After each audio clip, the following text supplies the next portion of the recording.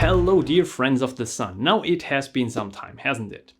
I've been quite busy lately working on my C# for Unity course, which is aimed at beginners and intermediate Unity developers. So I've got something where I can build upon more advanced topics, So I've been really doubling down on my production quality, and I'm absolutely proud of this course. The hard work totally paid off.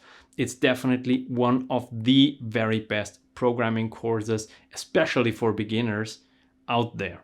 So yeah, in the next few weeks, I will release a few videos from this course, not all of them, of course, but only a very few selected ones, where we install Visual Studio and Unity, the current versions, and then we will create a small Flappy Bird clone with them. So be sure to check them out.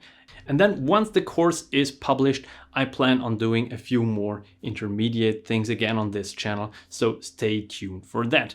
I wish you a wonderful day, and I hope I will see you in the next video. Have a good one.